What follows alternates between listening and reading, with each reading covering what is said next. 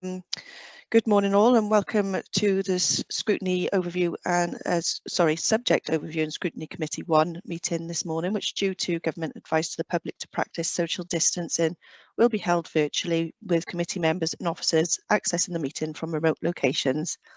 The meeting is being recorded and will be available via the Council's website to be viewed subsequently. Please can everyone ensure that all their mobile phones are switched off or to silent mode. Members will have received an electronic copy of the agenda on Tuesday the 8th of March, and for the record, the agenda can be viewed on the Council's website. Members and officers will be speaking at various points during the meeting, and those speaking may switch their cameras on at that point. But I'd ask, with the exception of myself as chairperson, that all other times you keep your cameras and your microphone switched off. This will help to minimise background noise and interference and to ensure the connection remains stable.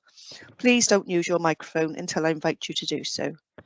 Officers from Scrutiny will be supporting the meeting and will be monitoring the use of microphones throughout the meeting, and where necessary will mute those who are not being used. If members wish to raise a point or question, they should click on their raise hand button at the top of the Teams window, and I'll come to you in turn. Please don't use the instant messenger chat to enter questions or comments. So item 1 is apologies for absence. Can I ask the Scrutiny officers to read out apologies, please? Thank you, Chair. We've received apologies for absence from the following committee members: Councillor Richard Collins, Councillor Martin Jones, Councillor Stephen Smith, Councillor Carolyn Webster, Lindsay Morris, Registered Representative, and the following invitees: Councillor Howell Williams, Deputy Leader, Nicola Ishanis, Head of Education and Family Support, Mark Lewis, Group Manager Family Support, and Andy Roswell, Principal Improvement Partner, Central South Consortium. Thank you very much, Meryl. Item 2, are there any declarations of interest? Chair, if I could. Yes, Councillor Beadle. Yeah, they tell me because I should declare this that every one of these scrutiny meetings is the fact that I'm the elected chair of the Rhododendron Governors Association. So it's a personal interest. Thank you very much. Okay, moving on to item 3, we have approval of the minutes of the meeting held on the 16th of September 21. Can I have an approver and seconder, please? Reverend Evans has his hand up. Sorry, Chair. I have a declaration. Sorry, carry on, Edward, yes. Please. Chair of Governors of Bryn Terrain is a community governor. Thank you very much. I don't see any further declarations, so moving on to item 3, if we can approve the minutes of the meeting on the 16th of September, please. Can I have a mover and a seconder? Move. Chair. Thank you very much. Did you get that, Meryl? Yes, Chair, thanks. Thank you very much. Okay, and moving on to item 3 is I'll ask officers to present the report. So it's this post-inspection action plan. After the report has been presented, I'll ask members to click on the raise hand button and I'll call you in turn. Thank you, Chair. If I may, I'm Lindsay Harvey, and for the purpose of recording, I'm the Corporate Director of Education and Family Support. I'm joined this morning by a number of officers from my directorate, and also I'm delighted to welcome head teachers from Bridgend and also senior representatives from Central South Consortium, and with your permission, Chair, they'll introduce themselves when they speak. If it's okay, Chair, through you, I'm going to hand over now to Sue Roberts, who's our Group Manager of School Support, and with your permission, she'll lead us through the report. Thank you very much, that's great. Good morning, everybody. Okay.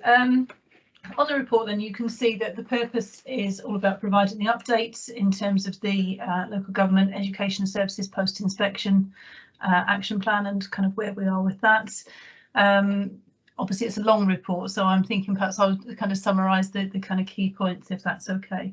So you can see then the background is that we had an inspection in March 2019. I believe that's 3 years ago already. Out of that were 4 recommendations from ESTIN. One of them was around improving literacy in primary schools. Second was improving outcomes for post-16 learners in sixth forms.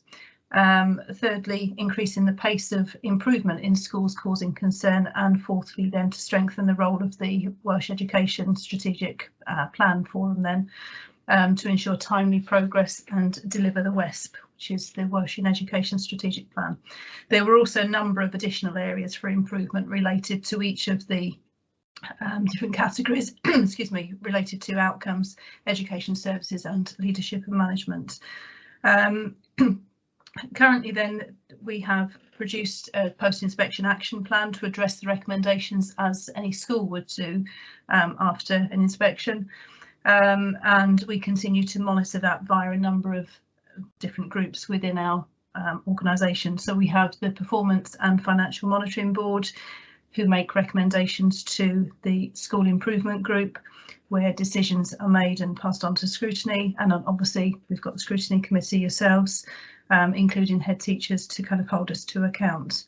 So we've developed a business tracker, business plan tracker, to support our kind of self-evaluation and business planning processes. And this illustrates progress against each of the recommendations and identifies areas for improvement. It also highlights good practice as well as the areas for development that feed into the Directorate's business plan. So in terms of progress then, it related to each of the recommendations. You can see progress related to literacy, links to schools' individual self-evaluation plans. There's lots of support from Central South Consortium specialists and from improvement partners, and plenty of professional learning opportunities, which I've got to say have been well taken up by. Schools have identified the need to monitor standards of literacy because of the disruption caused by COVID, and also because Welsh Government have changed the performance measures so that we're now monitoring progress rather than outcomes. Number of initiatives and things that have taken place to improve literacy then. So we've got things like the STEM, which is science, technology, engineering and maths, via whole class literacy text, so cross-curricular skills that are being developed, but the literacy is being drawn out from that. Since March 2019, 5 out of 6 schools have had good judgments and noted good progress from entry, from when children have joined. Clusters have received £10,000 per cluster plus individual costs and things then via the Central South Consortium Regional Fund. And basically we've now set up a deputy head teacher network which will help to collate and shape the kind of evidence of good provision. In terms of recommendation 2 then, which is about post-16 in sixth forms, again there have been changes to assessment procedures, making it impossible actually to compare outcomes because of things like the centre determined grades, centre assessed grades, which are quite different to exam-based assessments. What we found there is that students have exceeded previous cohorts, if you like, in terms of their outcomes, but again it's not a fair comparison, it's not comparing like for like. But certainly what the schools are reporting is that the students have certainly not been disadvantaged by the changes that have happened over the last couple of years, and actually their destinations have been very good. We have the post-16 Seren Academy, produces a destination report and tracks the successes of the students who've moved on from there. Our curriculum development leaders group that meet monthly, that's basically the deputy heads in each of the secondary schools with obviously responsibility around timetabling. They're focusing on collaborative working. I'll just add to that that actually we've got a meeting on Friday looking to extend that further. We have support then from the Strategic Partnership Group, and there's a big emphasis really on increasing the blended learning options for students, looking at things like shared teaching, but also to reduce the travel and the carbon footprint as well, so the kind of cross-cutting corporate themes.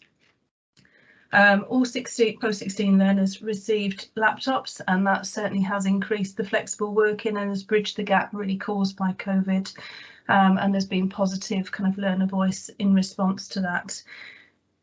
We receive reports, or schools receive reports funded by a local authority called UCAS Gold, and that gives us the final destination reports of those who applied to university. The heads of 6 in each school report to the curriculum leaders group, and basically there's a clear communication strategy and alignment of agendas between them. Likewise, then heads of six are making use of Hub on Teams as a way of collating their resources. We're looking at, or we've actually just developed a Spring Pod to help with kind of work experience and apprenticeships through Unifrog and preparations for UCAS. And again, the sixth formers then have actually given direct feedback to the director and elected members, again helping to shape developments, and that was certainly true after the lockdown and the increase of blended learning and things which you've all seen before. In terms of recommendation 3, which is about increasing the pace of improvement, we've got basically systems set up now to identify early any kind of causes of concern, and we monitor those, as I've mentioned, through Performance Financial Monitoring Group and through the School Improvement Group, SIG. All schools have been in special measures have now been removed from the category and continue to be supported to basically meet their current needs. We've used statutory powers where that's been required, for example, warning notices and things like the disbanding a governing body, setting up an interim executive board.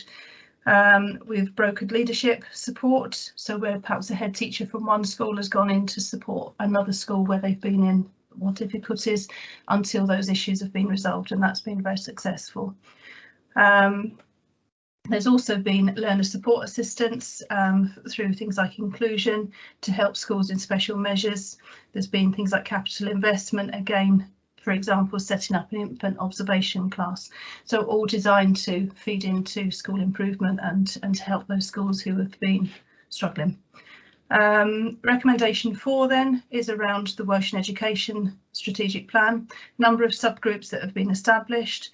So things like the Welsh Language Steering Group. There's been a subgroup around childcare and around training and developments in that direction. They've worked together to write the 10-year draft WESP, and there's been a lot of work regarding school modernisation, so things like enlargement of 2 primary schools, setting up the seedling school, and setting up childcare and early years provision in various parts of the local authority. There have been a number of promotional materials about the benefits of choosing Welsh or Welsh language provision. There's been support for the additional learning needs, ALN, in place in the Learning Resource Centre at our school, Gymraeg Llanganoed, and also the LRC at Calan y Cymoedd, the primary school. There's been much consultation around the addition of an LRC for a Welsh medium primary school as well. Also grant for immersion funding then, looking at a research project with the Vale of Glamorgan, and again increased communications. There's also been then a whole section on the other kind of areas for improvement, because I focused there on the 4 recommendations, scrolling through the report very quickly. And so we're looking at then the other areas for development and things. I don't know how much detail you want me to go into on each of those, but you know, we've got the details from the inspection outcomes for primary schools, the outcomes for children known to the Youth Justice Service, destination data relating to Year 11 leavers, looking at recognised accreditation achieved by young people in non-formal settings, so in other words, youth support, and then looking at education services, so looking at weak teaching in schools causing concern, taking too long to improve, very similar to one that I mentioned already. School improvement evaluations focusing too much on data rather than standards pupils achieve and what we've done about each of those things. There's detail around the current data tracking systems being underdeveloped, so again we're looking at tracking specific groups of learners, and we've just procured the management information system then to help with that. You know, for each of those, we've got the details in the report, but it is, you know, quite a long report. I would like to allow time for questions as needed. There's a section there about performance of more able and talented learners, and that's something that kind of fits in with the work we're doing around SEREN, but it also fits in with the work that has been produced with Central South Consortium around the Equity and Excellence document, which actually would cover more able and talented as well as children with additional learning needs. It's for all learners. It's basically good teaching for all. There's also a piece of work around the evaluation of services for learners with emotional, social and behavioural difficulties and the work that has gone on there to improve that picture. And then a bit about the knowledge in relation to progress made by young carers and what we've done to support that. In terms of leadership and management, then there's work around the involvement of school staff in reporting outcomes to elected members. So today is an example of that, with head teachers being present, and looking at the monitoring impact of training in schools. So what training has been received and what difference has it made, and how do schools evaluate that?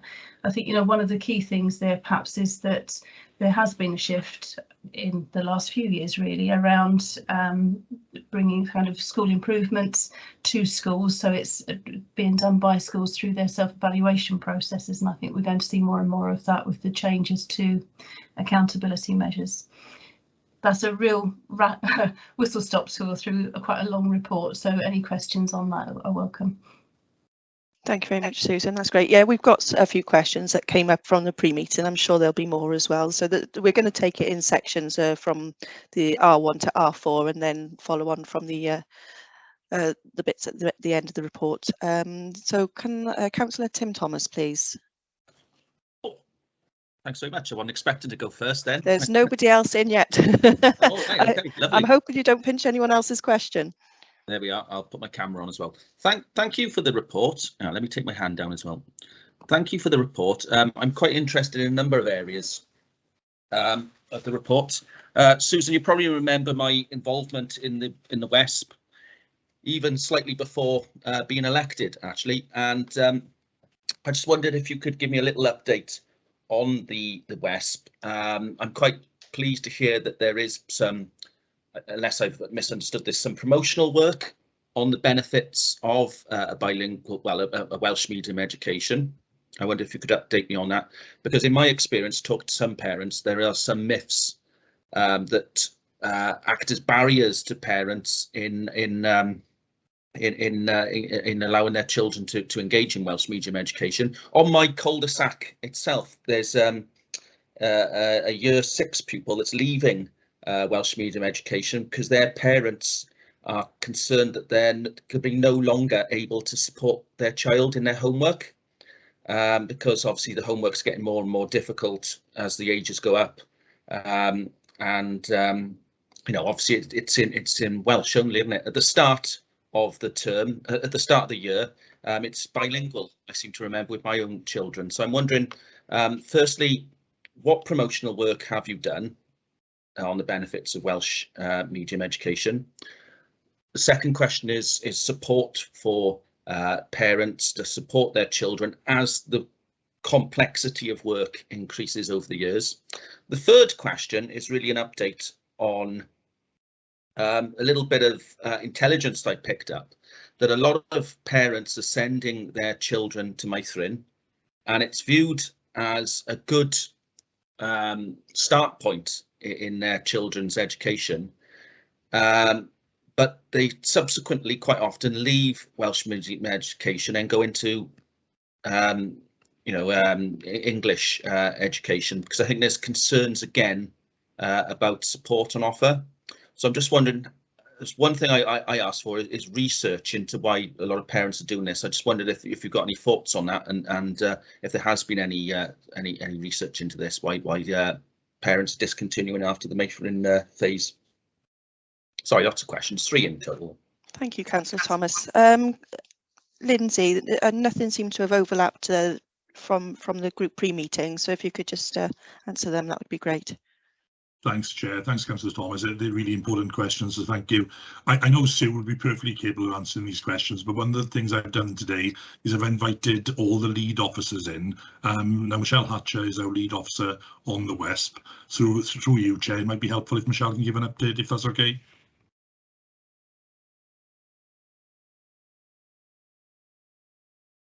Yes, please. Okay, bore da. Thank you, Michelle. Thank you.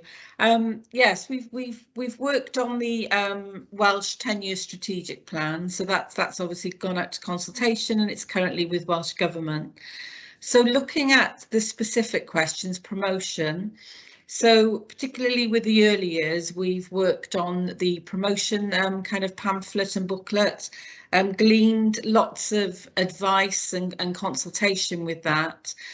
We do recognise that is an area that we continually need to work on, and the promotional subgroup will concentrate on focus areas with that. So particularly there's been kind of promotional work around the early years. And then support for parents, again, we are looking at through CSC, Central South Consortium, ways in which we can support parents to help with their children's homework, and also to positively promote the Welsh language amongst our sort of group. So Frag is very well represented on the West Forum, and we work with them in a number of subgroups and also on any aspect that we can. So we engage really closely with Frag and glean kind of advice from them as well. And it's great to see our children starting in the Meithrin, and it very much is our aim to encourage them to stay in Welsh medium, and where we can glean information. Obviously some data is protected, so as to why parents choose different schools, but where we can glean intelligence and you know, provide better education in that area, then we have. So, you know, we're looking at additional learning needs, for example, and we've opened LRCs, learning resource centres, through the medium of Welsh for children with autistic spectrum disorder. And we're currently looking to open a moderate learning difficulty learning resource centre, which is currently going through Cabinet at Ysgol Cynwyd Sant, which in that area then will encourage children who speak Welsh but have an additional learning need to remain in Welsh medium education. So those are just a few examples of kind of what we're doing, and we recognise again that these are areas that we continually need to work on, but working in partnership is really key, particularly with parents. You know, Frag, the partnership with Frag is really important.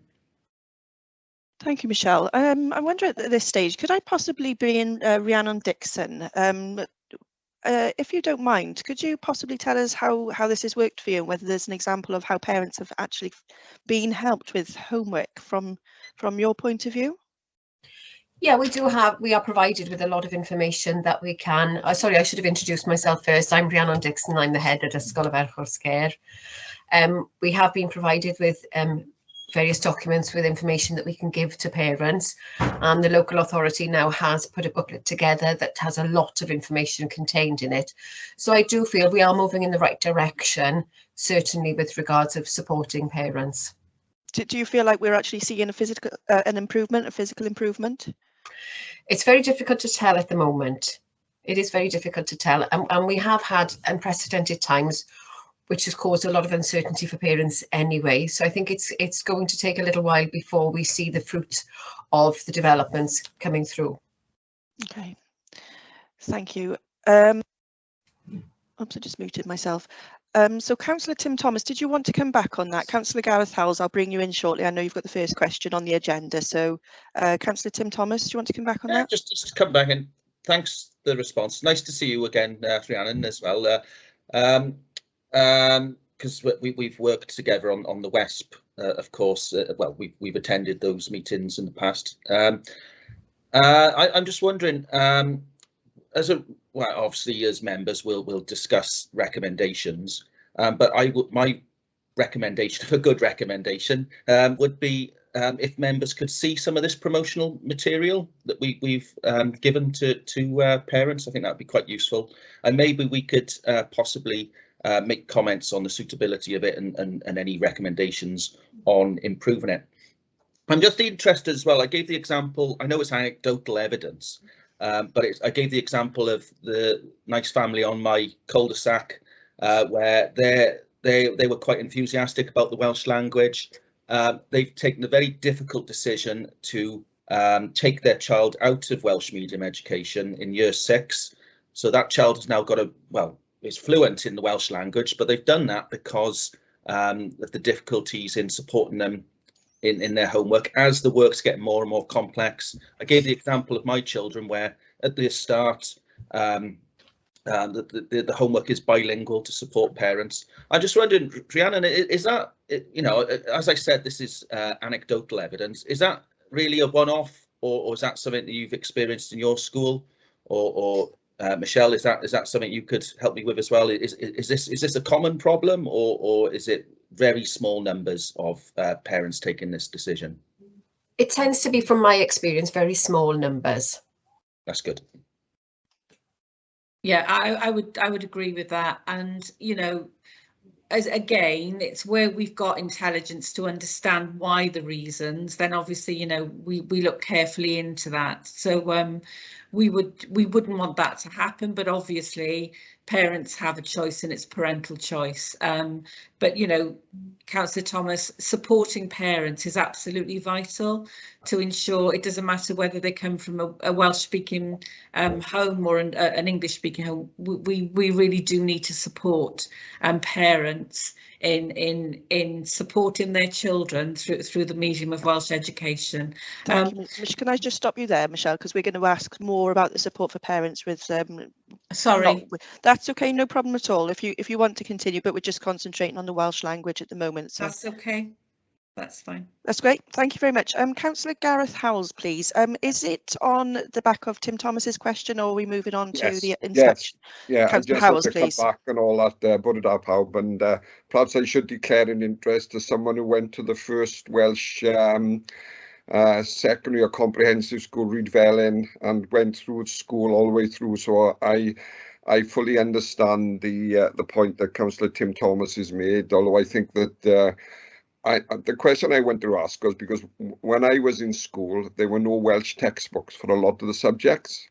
So obviously the staff themselves had to translate a lot of the textbooks and the learning materials, and obviously it's improved since that time. But what I'm interested in this point, because I think Councillor Thomas's point is fair, because it is a challenge for non-Welsh speaking parents. What do the schools, when particularly secondary school, I think is more of the challenge than primary, I would guess. Do the schools actually have a clear list of parents or with children whose parents are non-Welsh speakers, so that some sort of help is given in relation to this issue? Because it is a challenge. I accept that, you know, because I remember when I was in school, and this is going back 60 odd years now, so I'm sure my age. I remember when I was in my stag in the Welsh school, which is across the road from where I lived, the old Nantafelton school there. I know that there were efforts made, and it's a lot better now, to encourage parents. The head teacher of the school, Mr. Jones, he was told even in classes to encourage parents to come in and learn a bit of Welsh. My mother was from a Welsh speaking family, but she never spoke Welsh at home, and she had to go and learned Welsh, and she actually went and worked as a support on a lunchtime in Tyderwen years ago. So I'm just wondering, is there any thought being given to support parents in that regard? If interested, perhaps the head from Rhiannon from Verchosger perhaps can give some information on that. You know, I don't know. And obviously from the perspective of the county borough, I don't know whether Michelle, you or Lindsay have given any thought to that. They'd be interested to know. Thanks, Chair. Thank you, Councillor Howells. Rhiannon, are you happy to come back and respond to that? Yes, definitely. We are working in partnership now again with Bridgen College and Cymraeg Oedolion to be able to offer parents support with Welsh language. And usually in usual times we would hold, and not just me, all schools would hold a series of meetings with parents to help their children to read, or to help them with their maths and different things like that. So we do try in normal times to help parents as much as we can, but we do also encourage Welsh lessons, and we are working in partnership with different agencies to be able to offer this to parents. Diolch. Thank you. Okay, I'm going to bring it back to the actual inspection now, if that's okay, just with an opening question just on how the inspection's going. When will we expect to see the results? I understand it's ongoing at the moment. Can you just tell us a little bit about how it's going? Lindsay, maybe? Lindsay, please. Thanks, Chair. Yes, the inspection was held in March 2019. So it's the cycle is normally between 5 and 6 years for local authorities.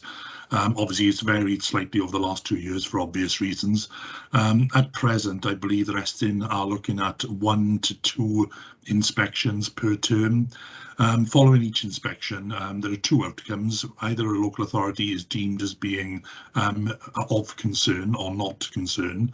Thankfully, Bridgen was determined as not being of concern. But one of the things that we've done in this report is looking at the post-inspection action plan targets. As Sue indicated earlier, there are 2 different elements. So there are the formal recommendations. These are the 4 recommendations which we've covered in the reports.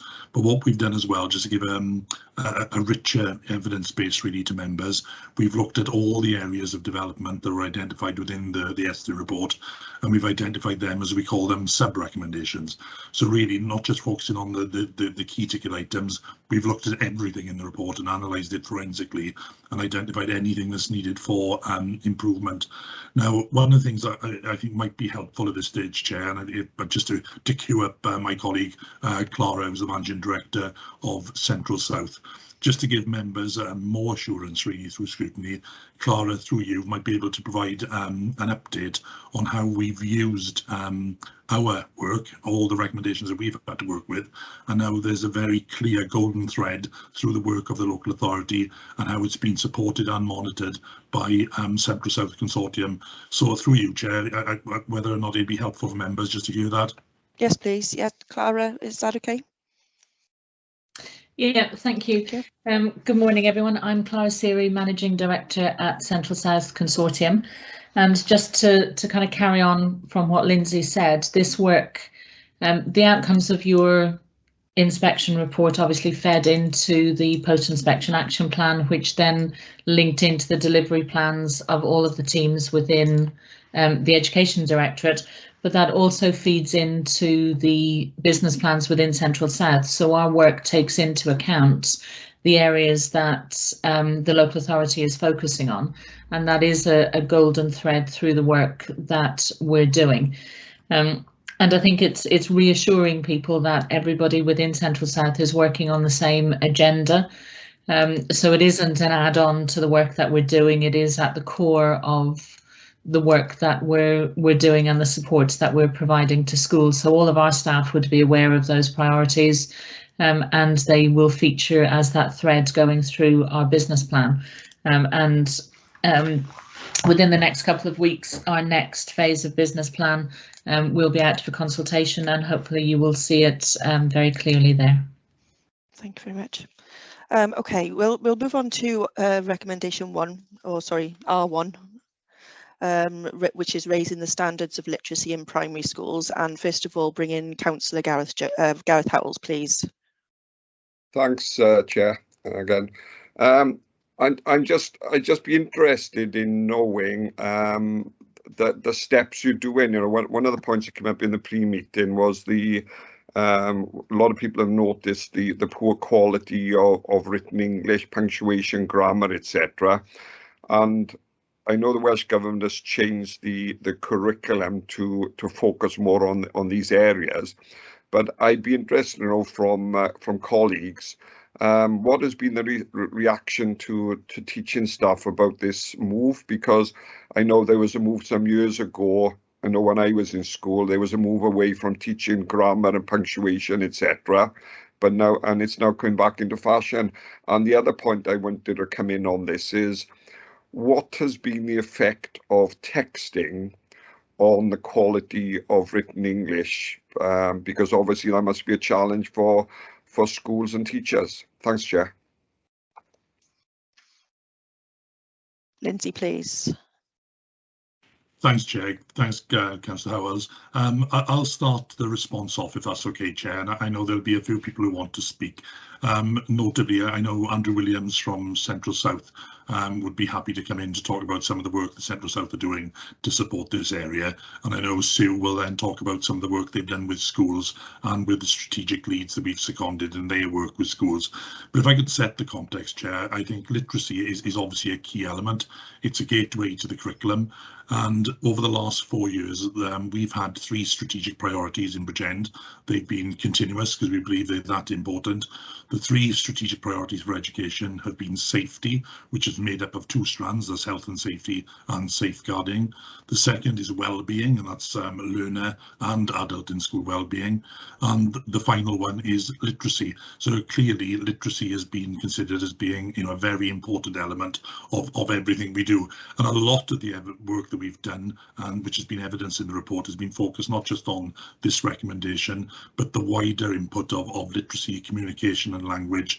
That's going to be a key part of curriculum for Wales.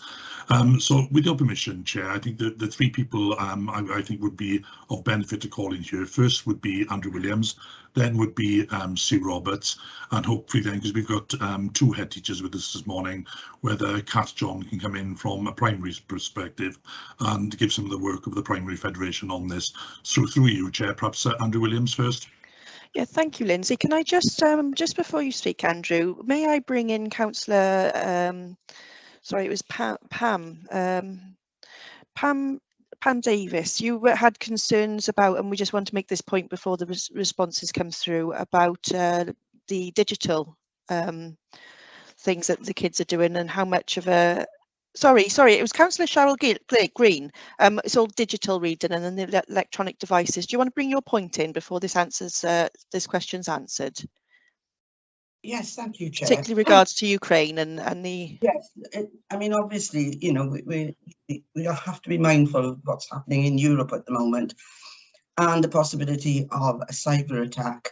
And I was just wondering, are we being mindful now that we should not be assuming that children will always be able to charge their Kindles, etc., and that books are and could be in the future very, very important, because all you need to read a book is a candle, even in the night. And I know it sounds alarmist, but I dare say that's what people in Ukraine thought until what has happened to them has happened. So I'm just concerned that we would have contingency plans for possible cyber attacks, power outage, etc., etc. Thank you. Thank you, Councillor Green. So thank you for your patience, Andrew, if I can bring you in now. Thank you very much, Chair. Just briefly, before we hand over, I'm Andrew Williams, Assistant Director of Central South Consortium with responsibilities for partnership and improvement. And just briefly, before I hand over to some of our colleagues in schools, literacy is a core of our work in Central South, and the literacy runs through all of the work that we do. We've got a number of specialist advisors that we rely on quite heavily to support schools.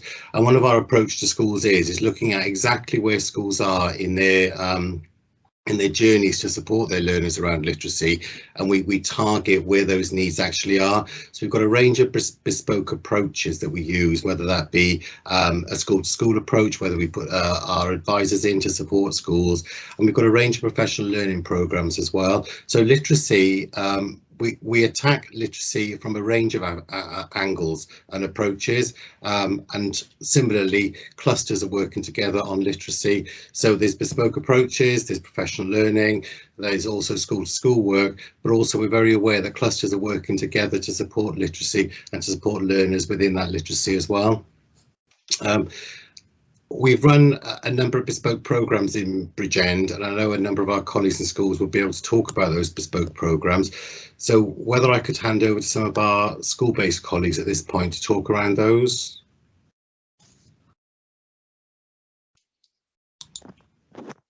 Thank you, Andrew. I'm not sure who wants to come in now.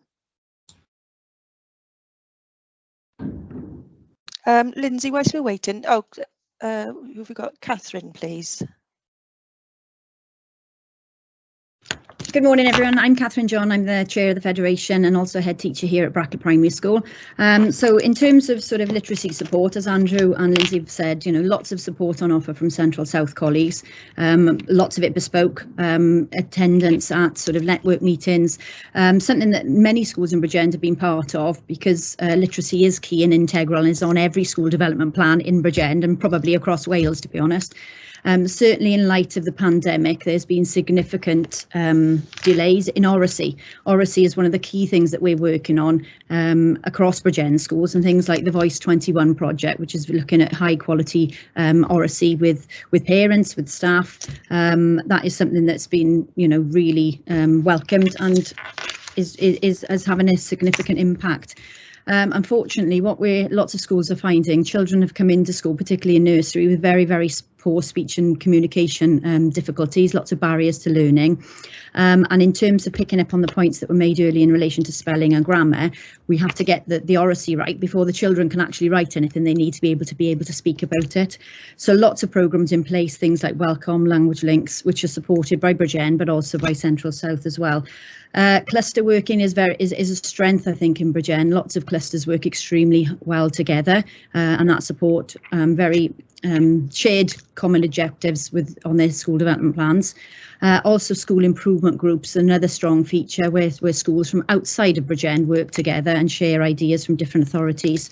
And in terms of federation, we're quite a strong federation as well, and we also provide training you know, between schools to share best practice, and I know Team Bridgend also does that as well. So there's lots of things that Bridgend are doing to support the literacy, because we all agree that literacy is key and integral, you know, and obviously in terms of the new curriculum is our bread and butter, basically. So hopefully that'll give you some.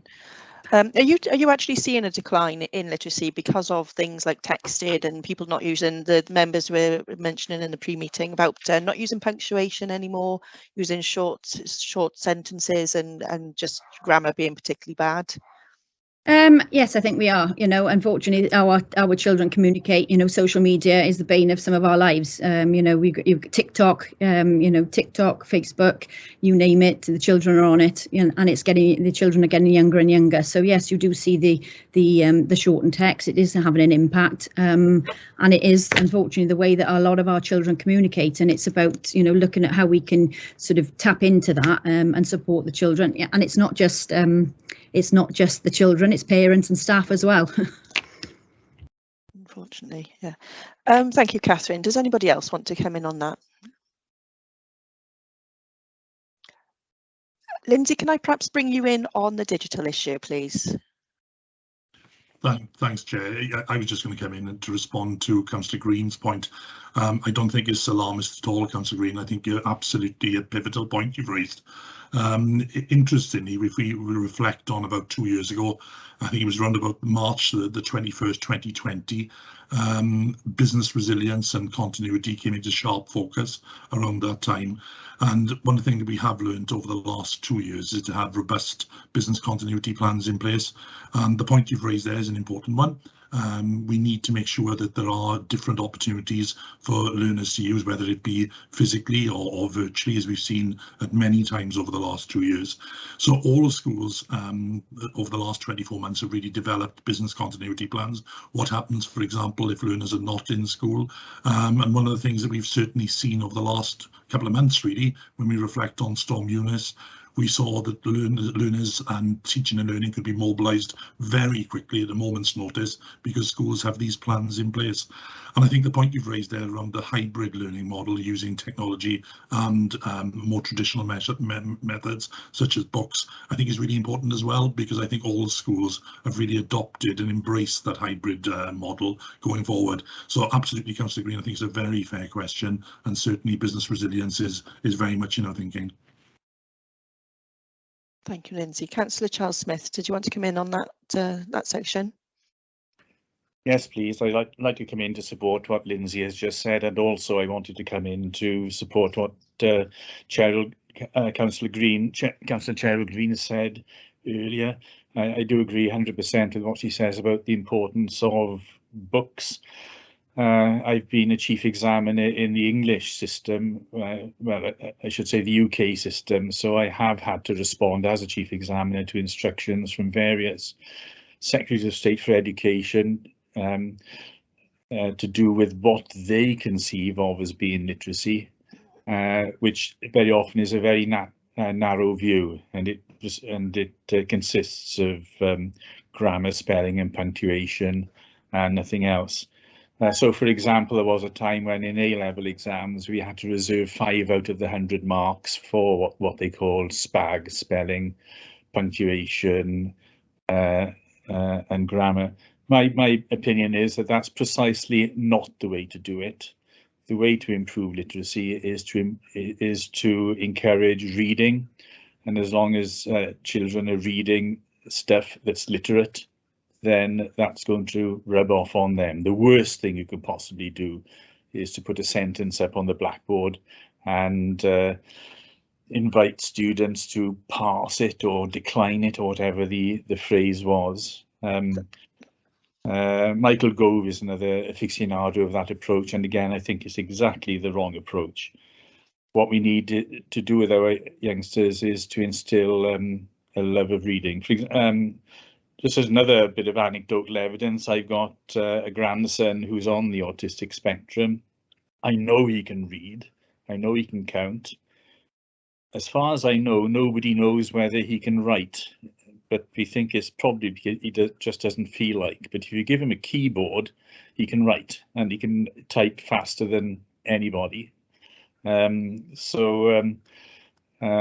think that's probably not a unique situation, even with children who haven't got special needs in the same way as our little grandson has. So what we need to do is encourage a love of reading. When I visit schools, I was in Kath John's place with the leader just last week. You notice that there are books everywhere. There are books available, not just in a designated library, but available almost on a casual basis. Wherever you go in the school, you find a bookshelf with books on it, and Thank you, Councillor Smith. Sorry to interrupt. It is actually very pertinent to a question that Councillor Sorrell Dendy had, and perhaps she can ask a question then, and you can go into more depth with your answer. Great, yeah, sure. Councillor Dendy, with regards to libraries. Yes, thank you, Chair. Yeah, I was just wondering how much of a relationship do the schools in the borough have with their local libraries? Whether they go on trips to libraries, learn how to use libraries, and etc. etc. Yeah, I'm sure one of the head teachers will come back in a very positive way on that one, and I know that library staff are very, very keen on that sort of relationship.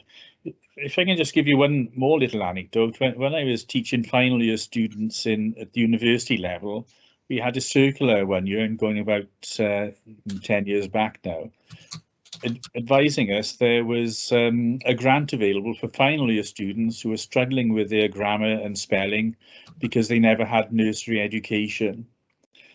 So obviously I took advantage of that grant, but I felt it was really ironic that having lived under some cutbacks which had cut back nursery education, now at the university level we've been offered a grant to sort of compensate for that gap in earlier education. So I'm really pleased that Bridgend has a level of nursery education provision which exceeds the statutory minimum, and as far as I'm aware, it's one of the most comprehensive nursery education provisions out of the 22 local authorities in Wales.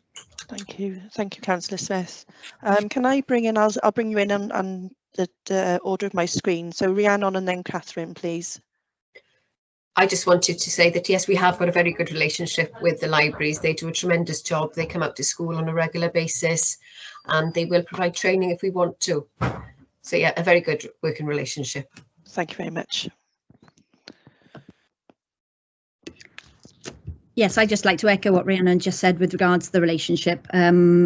they will come out. We've got the summer reading challenge as well, so they will come out to talk to the children about getting the children involved in that. And one school within our cluster actually visits the library every Friday morning as part of their enrichment programme, and they've been split into certain groups looking at how to use the library, how to use it efficiently to try and boost, you know, those children getting to the library more regularly. Yeah, I think that's what Councillor Sorrell Dendon would encourage very much, more of that. Sorrell, did you want to come back in there? I'm just really pleased to hear that. You know, I think sometimes there's sort of a lack of skill on using knowing how to use a library. So yeah, I'm really encouraged by that. Thank you very much. Thank you. So we had Reverend Canon Edward Evans and Councillor Green also very much in support of the book reading. I won't bring you in with further questions because I think we've covered that now. Thanks for your patience, Councillor Tim Thomas. Can I bring you in now, please? My question relates to recommendation 2. Happy to wait if any other members have any on recommendation 1. Okay, I think let's have a look. I would just like to sum up really on number 1. I think we've got the rest. No, actually, I'll bring in Councillor Tom Beadle at the moment, who recommends it might be a good time to talk about the curriculum. Councillor Beadle, please. Yeah, thank you, Chair. I know about our pre-meeting discussions, and it was obvious that some of our colleagues are not fully aware of the new curriculum, and especially the 4 purposes that Donaldson have presented.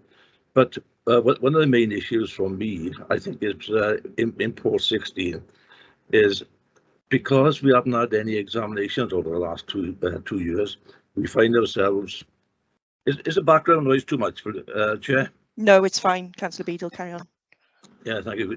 Because we've had an issue over the last 2 years with COVID and the lack of examinations, we've had year 11s, the 16-year-olds actually leaving school without having sat an examination. But my concern this year is the fact that we're going to have A-level examinations, and yet these students is going to sit them, haven't had any examination experience.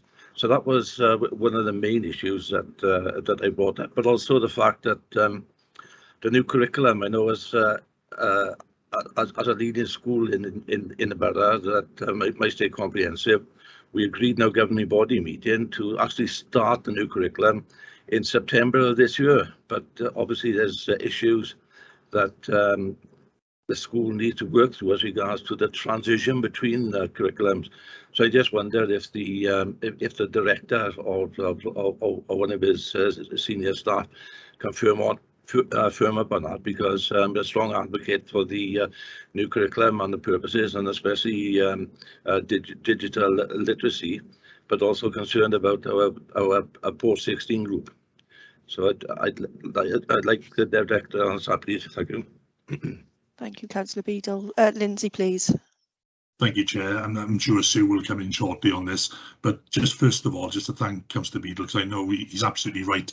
As Chair of the Bridgend Governors Association, he's been very proactive and worked with us on developing work for governors around the school curriculum. It's very important. Obviously, the school governors are actively involved in this, in understanding what's meant by the curriculum for Wales, and also making sure that they provide that critical friend to head teachers. And I'm sure head teacher colleagues who are on call will also bear witness to this as well. So Councillor Beadle, thank you.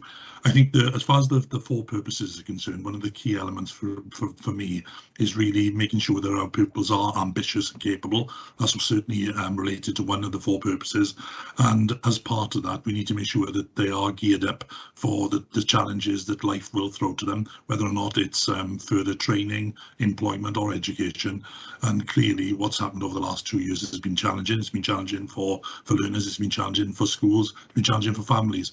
So I think what we've tried to do, we've tried to work very closely with partners such as Central South to mitigate that impact on learners, to make sure there is rich learning opportunities there, and where examinations have not been in place, the centre determined, centre assessed grades, they've been very thoroughly thought through and made sure that there's as little disturbance as possible within the school learning journey. So what I suggest, Chair, if it's okay with you, I'm going to pass on to Sue. Sue will give an update on where we are with the school support part of the continuum, and perhaps then Central South colleagues will come in on the work that they are doing to support our schools as well. So Chair, through you, Sue Roberts. Thank you, Lindsay. Sue, please. Okay, thank you. Yeah, a couple of things there I think that possibly just need to be picked up. You mentioned there about the students who've not taken an exam and perhaps will leave their sixth form without that experience. Yeah, I think that's something that schools are very mindful of, that, you know, we're being told this year that exams will take place. Unless there is, you know, a further kind of a directive, I suppose, from the Chief Medical Officer or something, but that's not expected.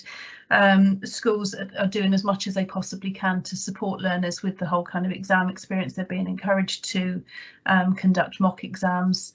At the moment, there's almost like a dual stream of work going on where they're collecting kind of coursework and examples of work just in case the exams can't take place. So they've got evidence of the pupils' progress and outcomes and things there as well.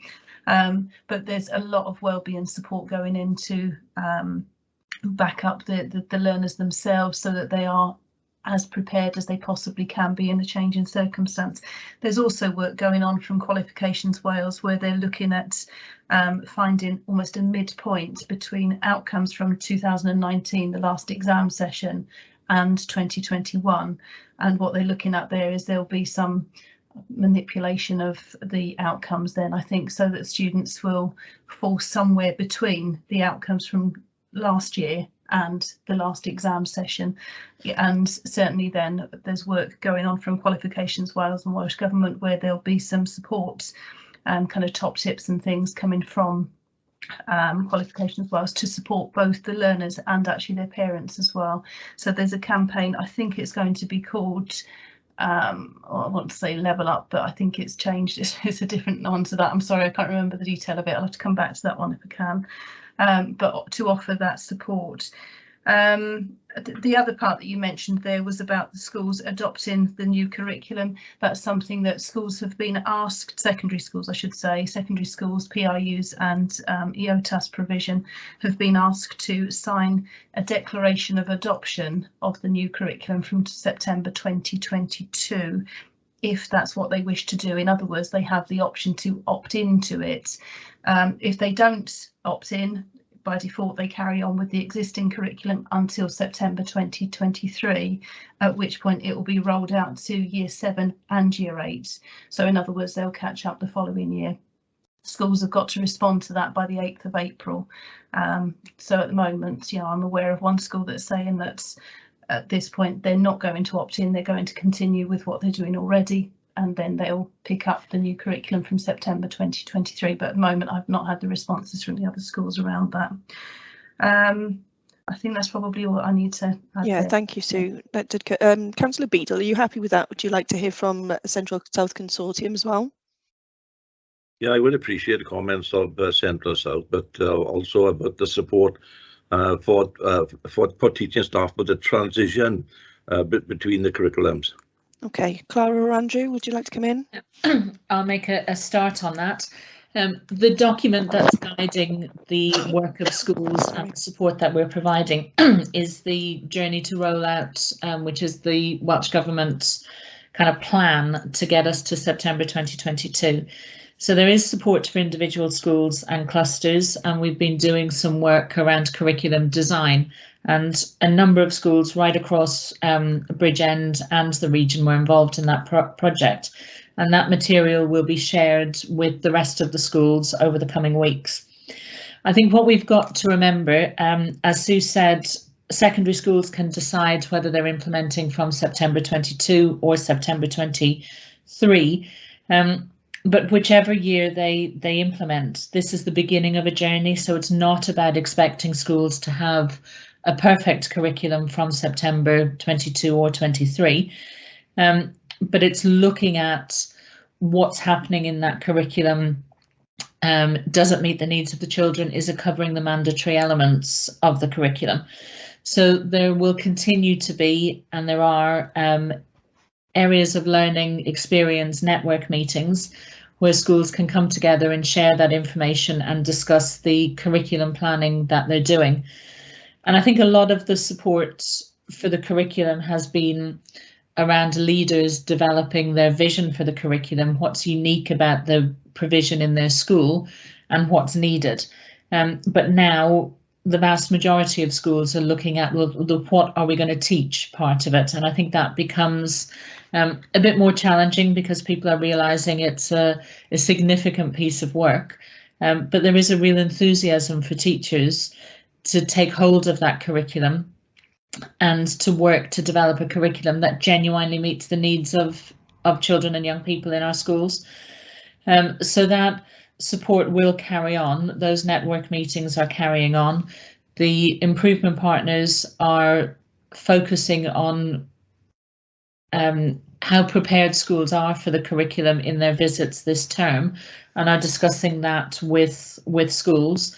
The information that we get back from those discussions will then plan the summer term support for schools. So instead of having an offer that we designed this time last year, our offer is evolving based on the feedback from schools and the aspects that they need to focus on. And I think in terms of that transition to the new curriculum, in some ways, the pandemic has been an opportune moment for us because the curriculum requirements were relaxed over the last 2 years. More schools have moved towards aspects of the new curriculum. So I think even if schools aren't going to start in September 2022, they're continuing to evolve their curriculum based on the work that they've been piloting and trialling during the pandemic.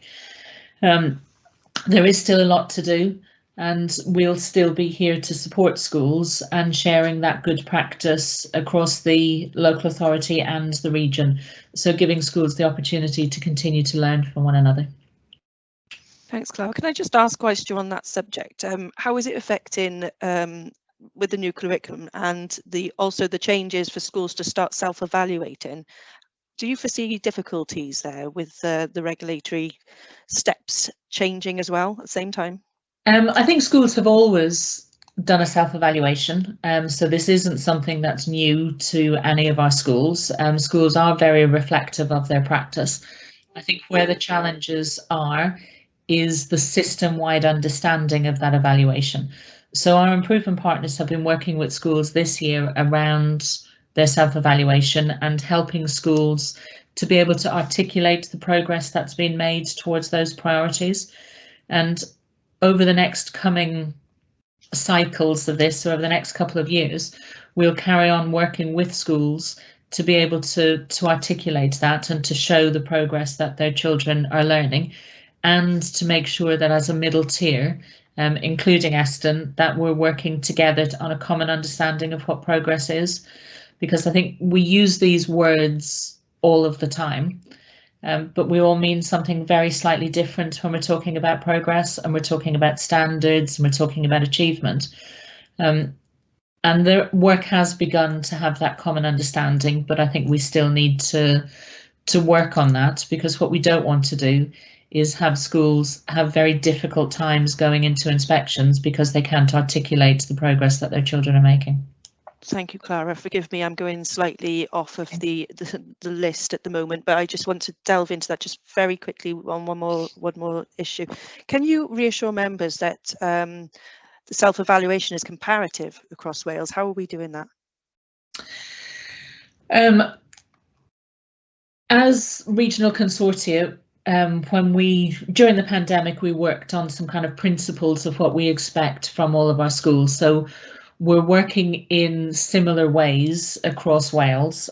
So there's some standardisation about what we expect from that. But I think what we've been doing is sharing that good practice around self-evaluation, both within the region and beyond the region.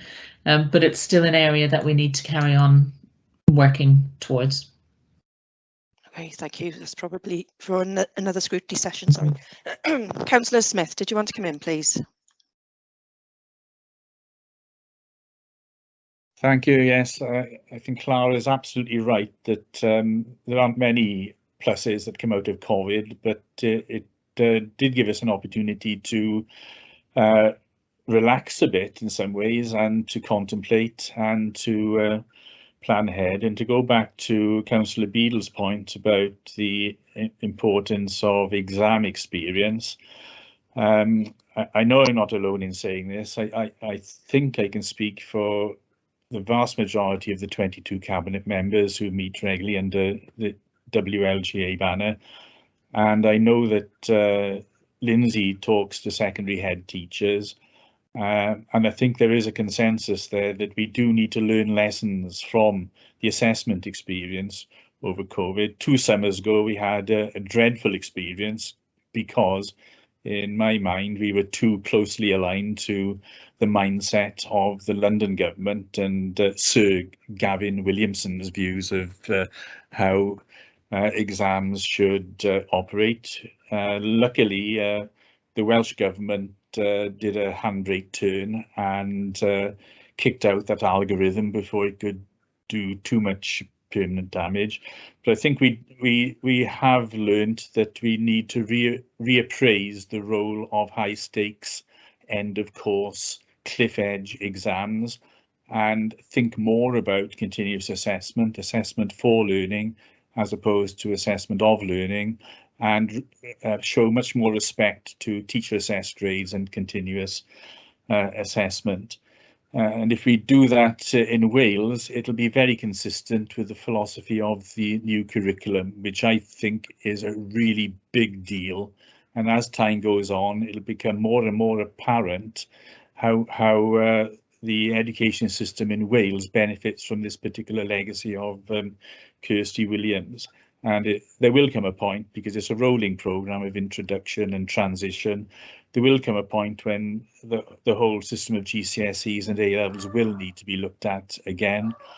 A lot of people don't see any future for GCSEs. They are an anomaly amongst modern European democracies. There isn't any other advanced economy which is still using end of course examinations there at that age of 16, because for the simple reason that the vast majority of students no longer leave education at 16, but they carry on. So I think we're in a good position in Wales as time goes on. Transition phases in education are always difficult because you're managing an old system alongside a new system, and you can't quite get out of the mindset of one and into the mindset of the other, but this will get better as time goes along.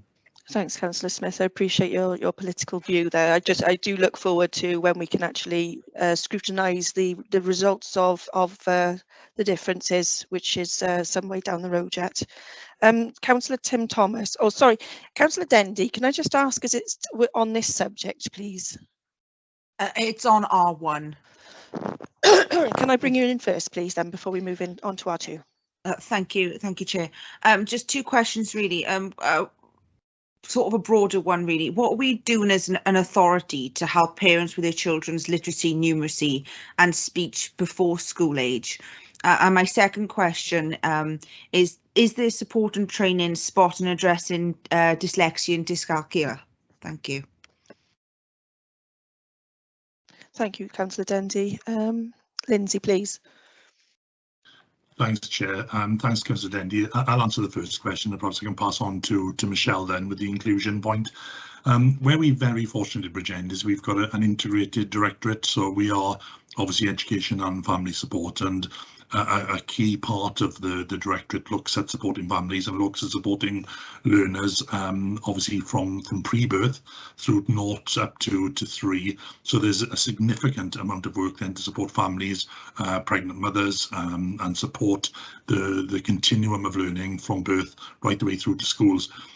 As Councillor Smith said earlier as well, is that we've got a very strong nursery offer in our primary schools, and part of that nursery offer is schools working very closely with families and parents just to make sure that they are given a wide range of tools and resources just to make sure that they support their child at home.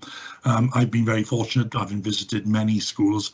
I've sat indeed in meetings in Brackler and Verchoscair actually, where they've run fantastic work with parents.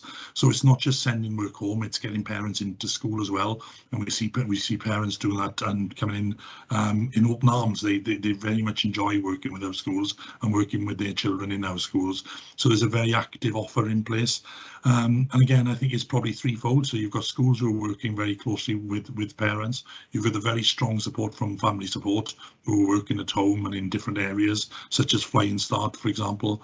And the third element then, which is something that again works very, very well, is we get multiple agencies and partners who work with us. So for example, in the Welsh medium sector, Mudiad Meithrin, and also within the English medium childcare provision, we've got very, very strong support from multiple settings within Bridgend.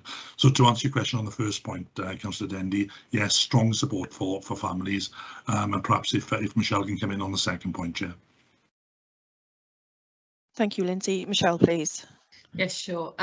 With regards to dyslexia and dyscalculia, so support comes from the cognition and learning team within the learner support service, and that forms the graduated response in line with the ALM reform.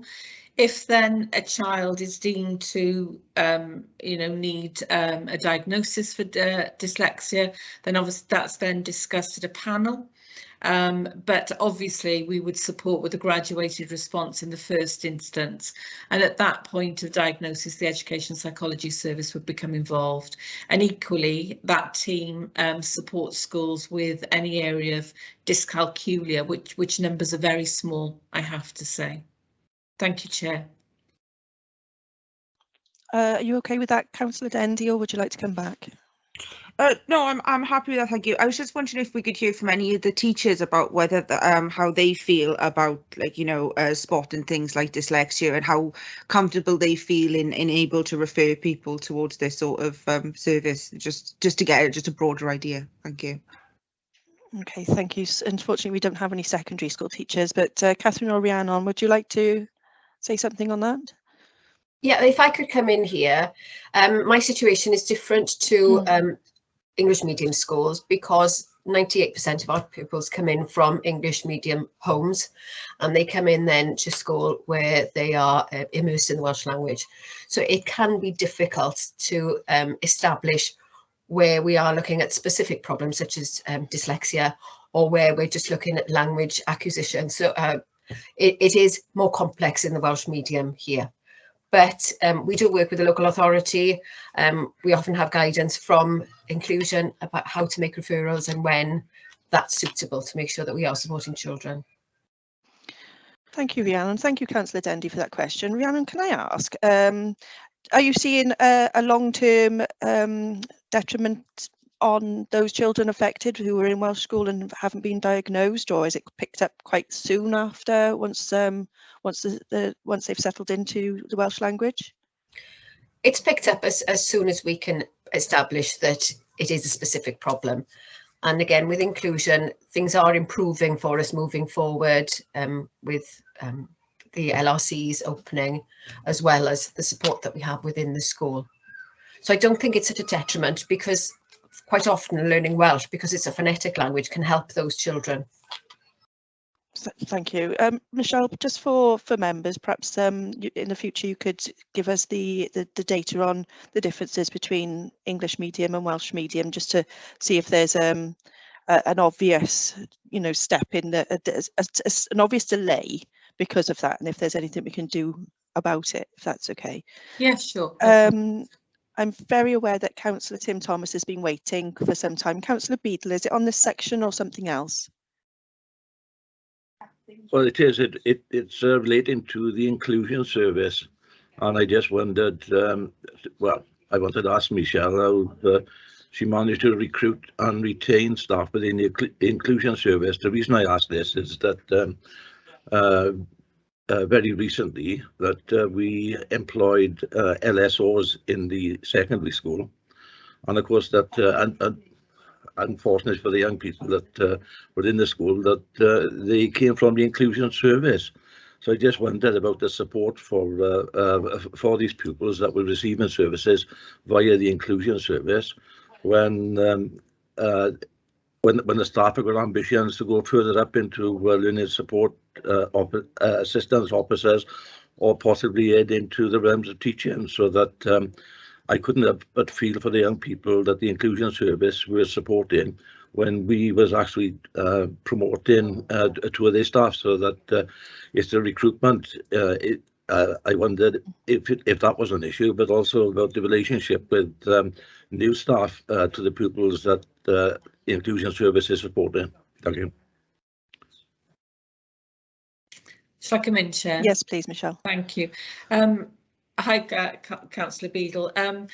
I mean, with our specialist teachers and our specialist staff, the recruitment is good and we retain our staff. I think you're right. The issue where we've seen an issue specifically during the pandemic is with support, special support needs assistants, and I think schools are experiencing the same difficulty in recruiting. We're addressing this. We're looking at different ways that we can recruit. And we're also working with the recruitment area of the local authority. But it has been difficult, but it's been difficult in lots of ways. And again, with schools, it's just not specific to the learner support service. But with other staff, we're able to recruit, for example, specialist teachers with autism, learning support officers. The area of difficulty has been, as I said, with the SNSAs. The special needs support assistants. Thank you. You happy? Yeah, okay. Thank you, Councillor Beadle. Thank you, Michelle. That's great. And thank you for your patience. Tim Thomas, can I bring you in, please? No, my pleasure, because that question's something very close to my heart. Just make a little quick comment on that, really. As someone who was diagnosed with both dyslexia and dyspraxia at the age of 24, I can say that progress has been made immeasurably. It was actually a university lecturer who recommended that I have my diagnosis. But I also speak as a parent who has a child who's both in Welsh medium education and who is dyslexic. And I can say that the support on offer at Ysgol Brogo and Ysgol Llangynoed has been brilliant.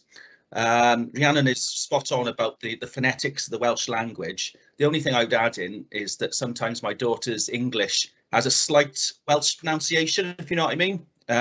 But other than that, the support has been wonderful, and I'm very grateful, and I'm sure other parents are. Moving on to my question, it actually relates to recommendation 2, and that's improving outcomes for post-16 learners in sixth forms. Many years ago, I was involved in a research project involving Neath Talbot, Swansea, Pembrokeshire and Carmarthenshire. And basically the purpose of this research project was to engage with the major employers in that region and to see to what extent future employees and learners are equipped for the workplace, if you like. And overwhelmingly, especially amongst smaller employers, it seemed like there were skills gaps. I'm just wondering, in this consortium area, to what extent are you engaging with major employers, and how do they feel about the future skills in terms of learners once they leave education, particularly sixth form, whether they are equipped to support the local economy? Thank you, Councillor Thomas. Lindsay, please. Thanks, Chair. First of all, I'm delighted Councillor Thomas has asked that question. We've got 3 major strands within next year's business plan with regard to where we're going with the directorate, and they all focus on voice. And what I mean by that is a two-way process with engaging with specific groups to make sure that we increase that that level of feedback. So the 3 areas we are targeting, we're going to be focusing very much on learner voice. Now, we've done a lot of work on this, as you can imagine, over the last 2-3 years, but that's certainly something we're going to be focusing on during our business plan. We're also going to be looking at parent voice, because clearly we want to engage better with parents just to make sure that we get feedback from parents and we communicate the work that we are doing better. And the final element is the one that Councillor Thomas had just picked up on, is around employer voice. Again, we've got a very strong connection with employers through Employability Progend, which was part of the directorate, and also a lot of the work that we do with regard to our young people through the Inspire 2 projects. So quite a bit of work that's going on there, but it's certainly something that features strongly within our business plan. With regard to connections to learning, one of the things that Sue does, Sue will come in shortly on this, Sue talks a lot with the post-16 learning group and with the secondary heads, and also through the post-16 strategic steering group with Bridgend College, is to make sure where we see gaps in the employment market, how we work with employers to fill that. So just in completion, really, for the point that was raised earlier with Michelle, one of the things that we've been asked to do very recently by Councillor Smith is to look at the SNSAs and the gap we have in that particular area.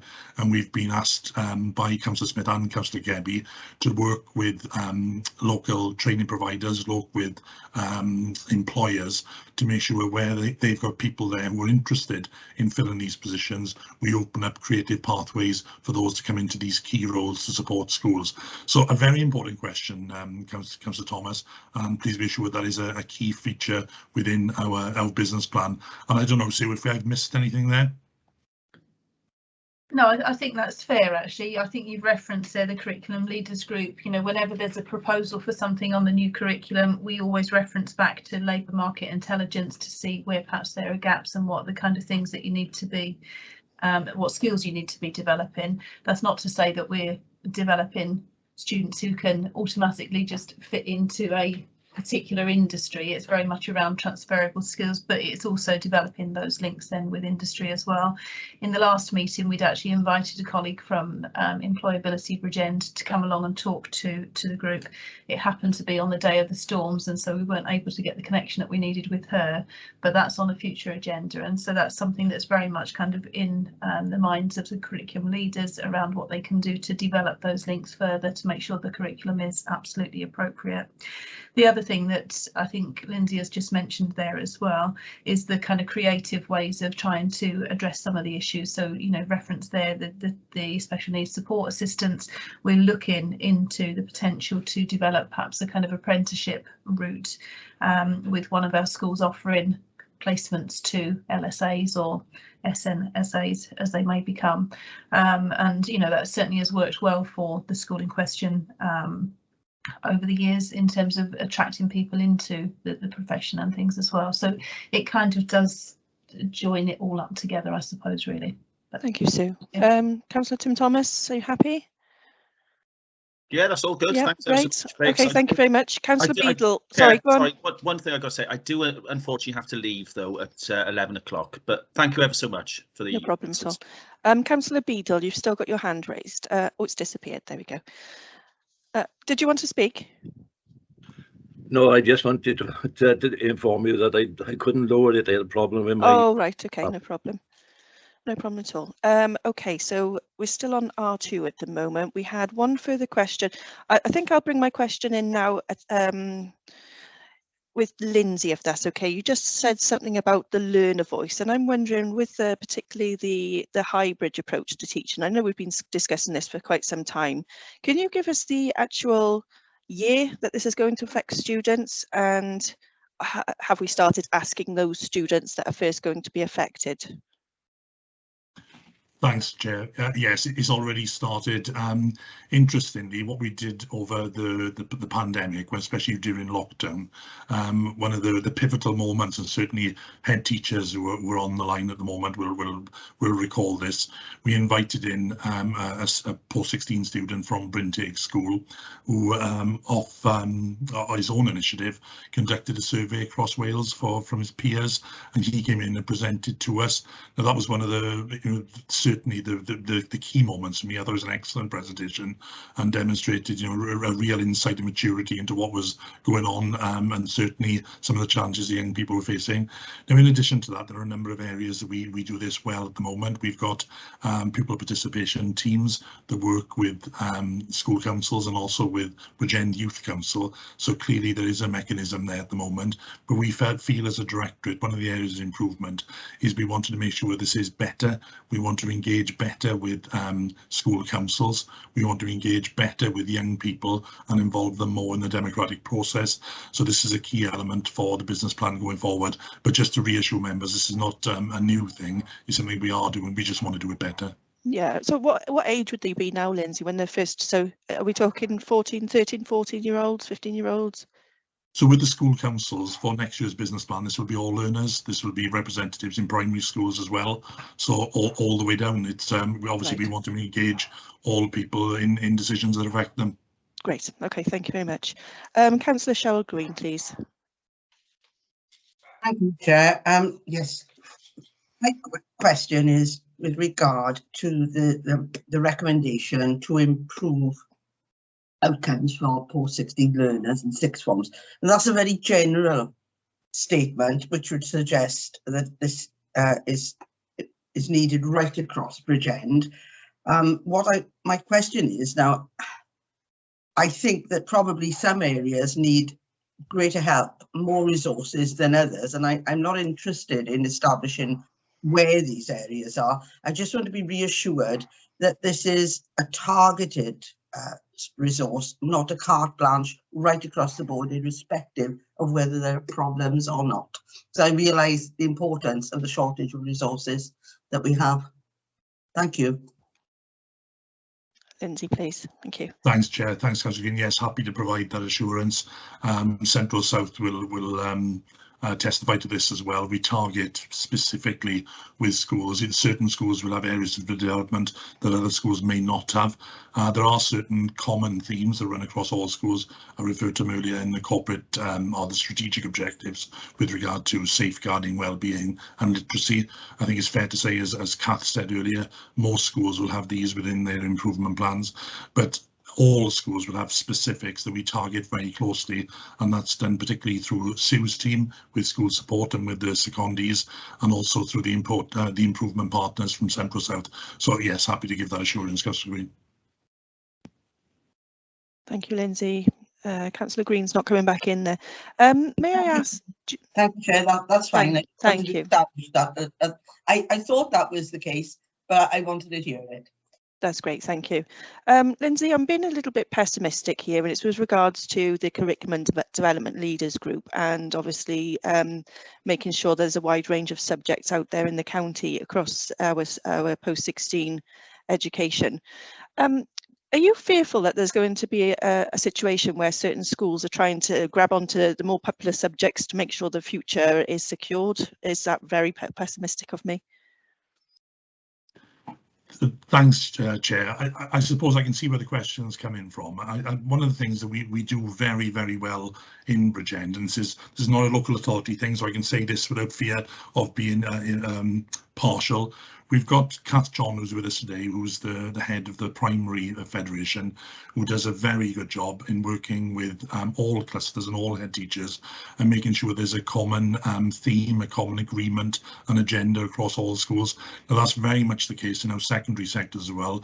Andrew Slade, I think, as you all know, is head teacher of Puthcall Comprehensive School and does a remarkable job of working with all the secondary schools in Bridgend.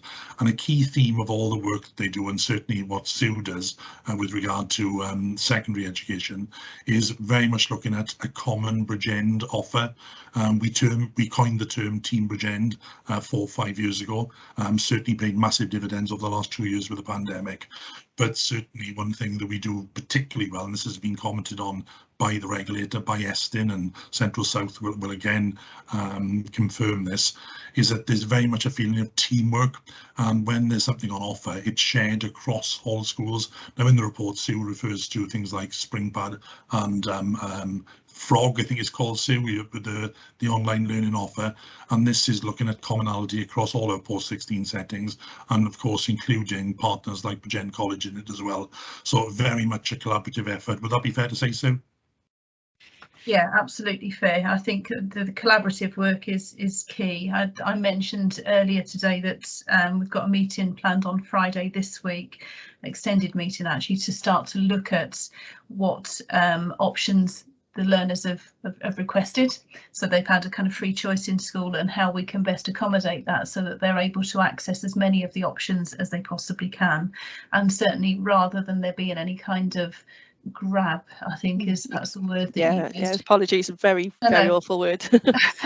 Yeah, it's much more around, you know, how can we make sure that there's maximum opportunity. So for instance, one of the areas that we're going to be looking at is the delivery of Welsh, because we know that in some schools the number of learners who opt for it wouldn't make anywhere near a viable class, and so we have some collaboration going on there.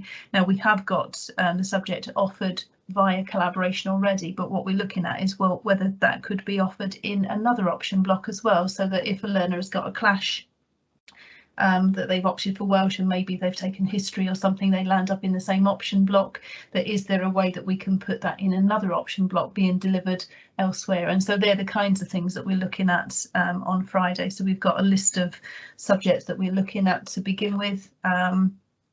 And yeah, I think it's very much around the collaboration. What I will say there is within that meeting, we're learning a lot actually from the Welsh medium experience, where Llanganoid already work in close collaboration with Llanharry, so we're looking at experiences, how that's worked well and how that can be facilitated and replicated then within the English medium system, and likewise looking at what Bridgend College have done through things like the Twilight provision and how that's worked in a kind of hybrid fashion, again, that we can learn from. So yeah, I think the emphasis is very, very much on collaboration and trying to do the best we can to widen the offer for learners.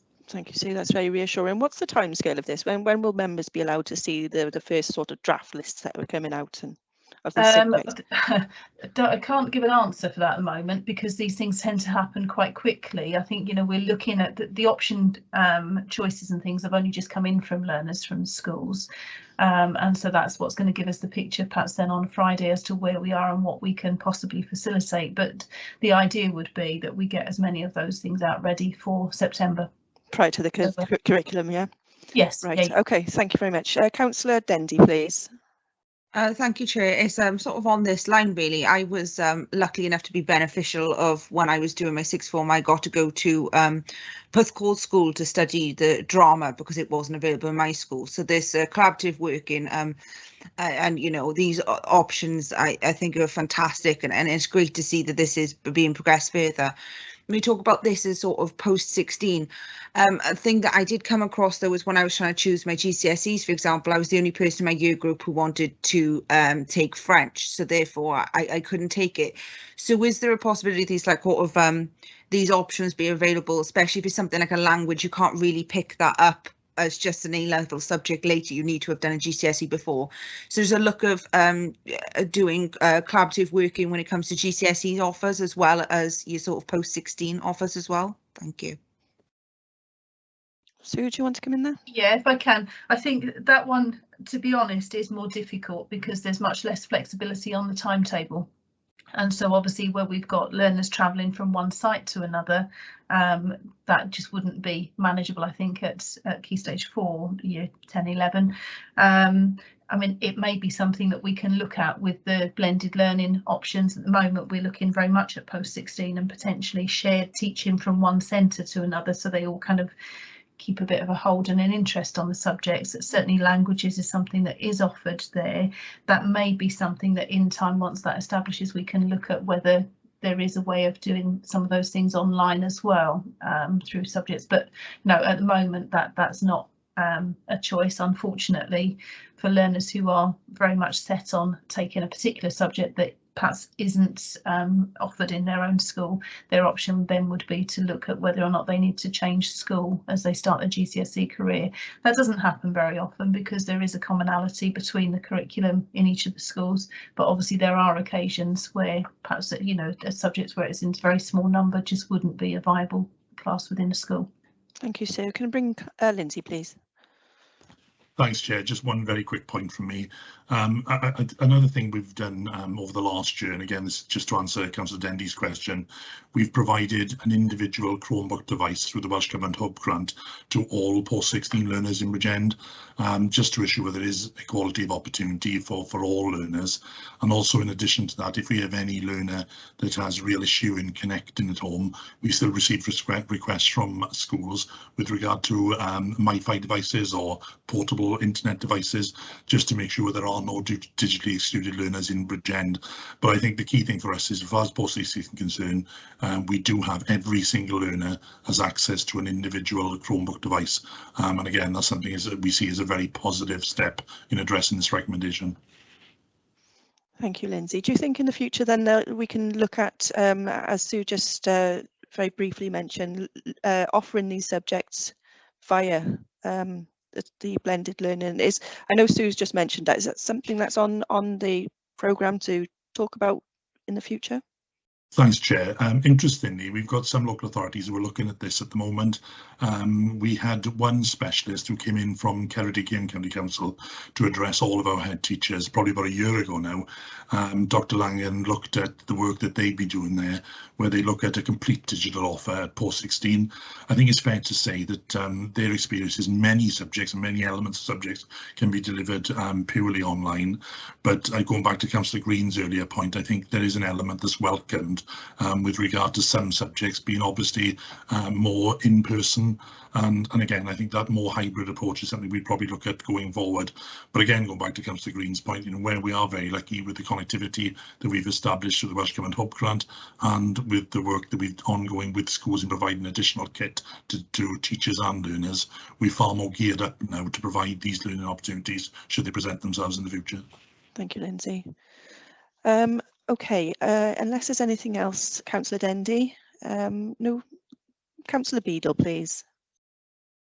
Yeah, thank you, Chair. Just a quick statement to support what Lindsay was saying, that I spent many hours in consultation with John Fabes and the team about post-16 education, and because the subject matter that was available to our school leavers to take higher qualifications was very limited. That one of the things that we did discuss on there was about this hybrid type of learning, where we could actually get the lessons from specific subjects online through the school's network system, that we didn't necessarily need a teacher on site to deliver that, because we could actually pick that up on the internet from another school, so that it would sort of add to the subject matter that our year 11 can take. That's all. Chair, thank you. Thank you, Councillor Beadle. I think there's some really good topics coming up for future scrutiny here. Unfortunately, we're not going to have time to go into any of them right now. So we're moving on to R3 and R4. There were no specific questions from members on this. Unless anybody wants to pop their hands up now, we will move on to the inspection areas. Okay, so I think the first inspection area we were looking at, unless, forgive me, put your hands up if I've missed one, was inspection area 2, and it was Councillor Gareth Howells about talented children.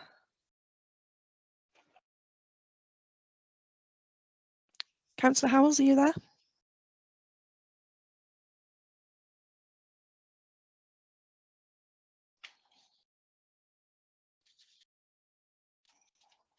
Sorry, bear with me 1 second. I'll just see if I can get Councillor Howell's question now.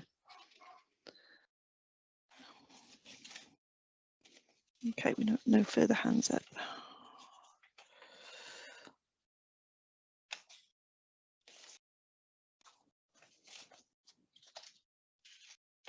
Councillor Dendy, please. Thank you, Chair. If we go to the, hang on, let me just get up on my screen. A destination data relating to year 11 leavers. I know for one, my time in university, I ended up getting emails later on, about a year or so later, as an alumni email asking about, how I've done with a job, whether it's been in that field, etc. Also opportunities of talks and things available for in the future. I was just wondering if that was something that could also be used in terms of year 11. A lot of them will have email addresses that will stay the same. Could be an opportunity then to find out what those leavers have done after leaving the school, and possibly an opportunity for them to get references from staff in the school, especially if they have decided to go into a workplace. Getting references is definitely something that most people need, and so their school teachers would probably best to give them that. And other opportunities that might be available just for their sort of age groups within the Bridgend Borough. So is that something could be looked forward to, or been able of to get some of those that information back to the schools, so they have an understanding of where their school leavers have gone? Thank you. Thank you, Councillor Dendy. Lindsay, please. Thanks, Chair. Councillor Dendy, I think that's an excellent idea. Certainly would pick that up with schools, and I wouldn't mind a chat outside the meeting of your personal experiences there, because I think that's a really valuable suggestion. Certainly look at that. One of the challenges we get here, and you can probably see the challenges, is some learners don't want to engage when they leave formal education, or where they want to different things. So again, there's a number of GDPR issues obviously we need to be cognizant of. But what we try to do is obviously being there to support learners and support young people. And I think one of the things that we will see certainly over the next couple of years with the introduction of the ALNet Act, where we've got responsibility now, especially around additional learning needs for learners from 0 to 25 years of age. We hope to see far closer engagement with some of these young people. But certainly, Councillor Dendy, I think that's a very valuable suggestion. And with your permission, I wouldn't mind picking this up with you after the meeting. Yes, of course, Lindsay, wouldn't mind that at all. Thank you. Thank you both, that's great. Sorry, I've got my report together now, and I can see Councillor Gareth Howells' question here. I'm not sure if he's here. So it was with regards to the children with more able and talented children. So basically it does say in the report that this is an area that's been identified for improvement, and there's concern that obviously these children have missed schooling, and as we know it, throughout the pandemic. What are we doing to offer those children higher level of education, making the most, and how are we being aspirational with those children? Sue, please. Oh, okay. Yeah, I think on that one, a couple of things really. I think part of the issue was that there isn't what we call a more able and talented strategy as such, because in actual fact that's been superseded really by the equity and excellence document that's been presented by the Central South Consortium working with local authorities, and the focus there is on all pupils rather than just a particular group. Very difficult actually to identify more able and talented, because of course it's a change in situation all of the time, that somebody perhaps who displays a particular talent, it might not be until later in their educational career before that really comes out and they've got the opportunity to do that then. I think what we're focusing on is good teaching for all, and it's very much the kind of personalised to each child, whatever their level of ability there as well. Certainly there'd been some work, I think, at Welsh Government level, which it kind of came to a halt a few years ago, but it was around sort of separating the more able, where you're looking potentially at kind of the top 5% of any academic area then, and talented, which again can fall into many different areas, and so it may be that that's something to do with sport or music or art or drama, those sorts of things then. I think it is very much around the kind of focused on the school self-evaluation. What are they doing? How are they addressing each child's particular needs then, to meet that and to be ambitious for them. Okay. We've also got then the SEREN network that we're obviously part of, and that runs from, so it's a Welsh Government scheme that is focused on year 8 through to year 13. So the year 8 to year 11 is SEREN Foundation. Although the focus is very much on the students then who are focused on the STEM subjects that I mentioned earlier, when we're looking at trying to identify who those children are at the earlier stage in year 8, the recommendation is that we're as generous with that criteria as we possibly can be, because of course at that point the children have not specialised into any kind of STEM subjects, and so what we're looking at is maybe the top 5–10% of achievers, if you like, in each of the areas of the different parts of the curriculum, the areas of learning experience and things there as well. And that the idea there is that we've got as broad a kind of spectrum, if you like, from year 8, and that if necessary we have to funnel that as they get into kind of year 10, year 11, and then into year 12 and 13, where they're actually very strict criteria set by Welsh Government. But we're trying to be as generous and open-ended about that as we possibly can be, to encourage more learners to have that opportunity and hopefully stay in that kind of category. Okay. Thank you, Sue. I am slightly concerned about the fact that you said you're looking at all learners. I appreciate that. We've got different groups of learners. We've got people who need extra learning needs, and we've got people who are, I think they can clearly see that some people are well up above other children, and where I know everybody needs and deserves the educational standards as everyone else does. Should we not be harbouring these talents at the earliest stage possible to encourage more children to want to achieve to a higher level?